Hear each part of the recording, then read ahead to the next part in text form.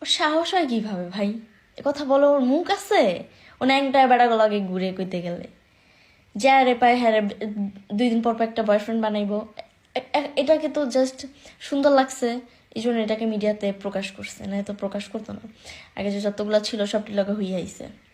রাজা থাকতেও সেম কাজটা করছে, মুখটা ছুটায়, জাস্ট মুখটা আমার ছুটাইতেছে। হ্যাঁ, মায়াটার সামনে নিজে যে একটা জন্ম দিছে একটা মাইয়া, এটা তো ধরেও না, জাস্ট ভিডিও যখন করা লাগবে তখন একটু আদর করে উপরে উপরে।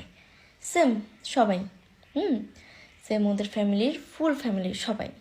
ইভেন ওই পিচ্ছি মেয়েটার সামনে মদ গাঁজা সব খায়, সব এভরিথিং।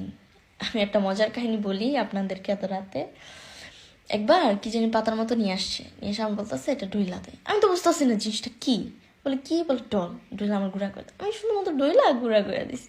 বলতে নাক দিয়ে টাইনা টাইনা খাইতে। আমি কি বলে গাঁজা, মানে এই যে সিলভার একটা কাগজ নিয়ে কি জানি করতেছিল, যাই হোক বলে গাঁজা। যাই হোক, মানে এইসব মহাসভার এত বড় বড় কথা কিভাবে বলে, মানে মুখ দেখায় কেমনে ভাই? শরম লাগে না?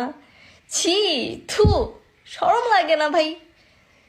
থাই মাজাস না, থাই মাজা, নিজেদের দোষ স্বীকার কর, হ্যাঁ আমরা আমরা দোষী। ছি, মানে নিজেদের ভালো প্রমাণ করার জন্য এতটা খারাপ হস। আচ্ছা আপনার একটা জিনিস ভাবেন তো, ওদের সাথেই সবার কেন লাগে? দেখেনি তো 2 দিন পর পর মিডিয়াতে ওদের সাথেই তো ঝামেলা হয়, কেন হয়?